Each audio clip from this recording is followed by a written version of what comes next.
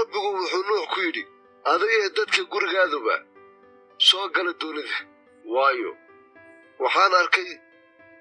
adigoo qarnigan xaq ku ah hortayda xoolaha daahirka ah 7 ka qaad ku lab iyo dhiddigiisa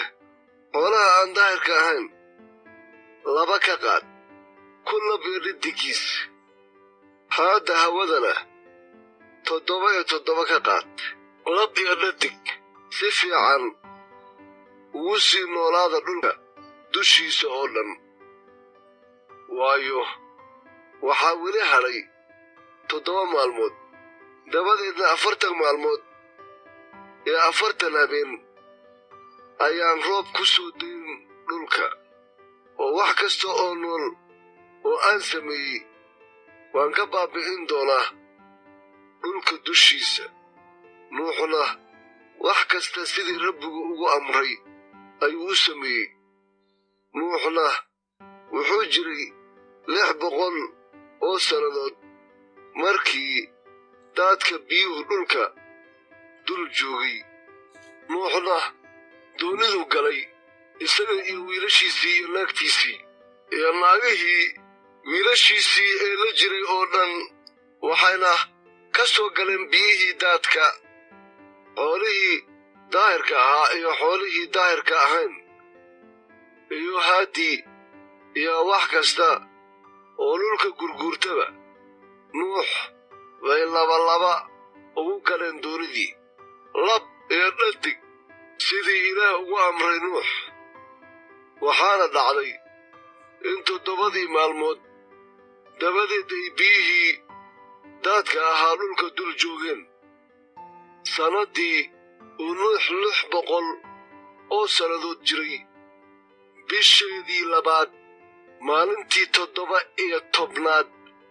oo bisha isla maalintaas ayaa ilihii moolka weynaa biyo ka burqadeen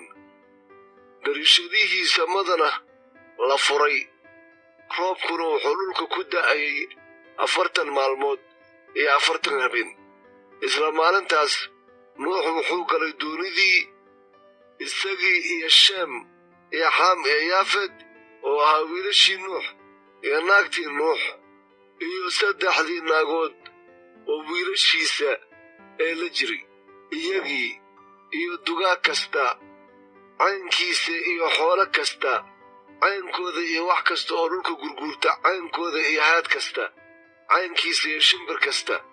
oo cayn kasta ah wax kasta oo jid leh oo neefta nolosha ku jirtaba nuux bay laba ugu galeen doonidii oo kuwii galay waxay ahaayeen lab iyo dhiddig oo wax kasta oo jid leh sidii ilaah ku amray isagii oo ilaahna waa ku xidhay isagii daadkiina 40 maalmood wuu dhulka dul joogay biyihiina way sii kordheen oo doonidii way kor u qaadeen oo waxaa iyadii kor loogu qaaday dhulka biyihiina way xoogaysteen oo dhulkay aad ugu kordheen doonidiina waxay dul socotay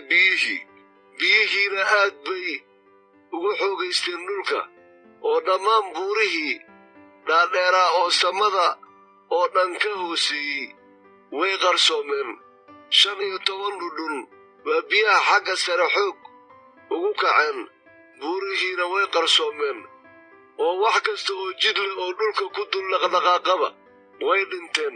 haadii iyo xoolihii iyo dugaaggii iyo wax kasta oo dhulka gurguurta iyo dadkii oo dhanba wax walba oo dhulka angegan joogay oo dulalka sankiisa ay neefta ruuxa nolosha ku jirtay way wada dhinteen waxaa la wada baabi'iyey wixii dhulka dushiisa ku noolaa oo dhan xataa dadkii iyo xoolihii iyo wixii gurguuran jiray iyo haadii cirka kulli waa laga wada baabi'iyey dhulka oo waxaa hadhay nuux oo keliya iyo kuwii doonidii kula jiray isagii biyihiina 150 maalmood ayay dhulka xoog ku lahaayeen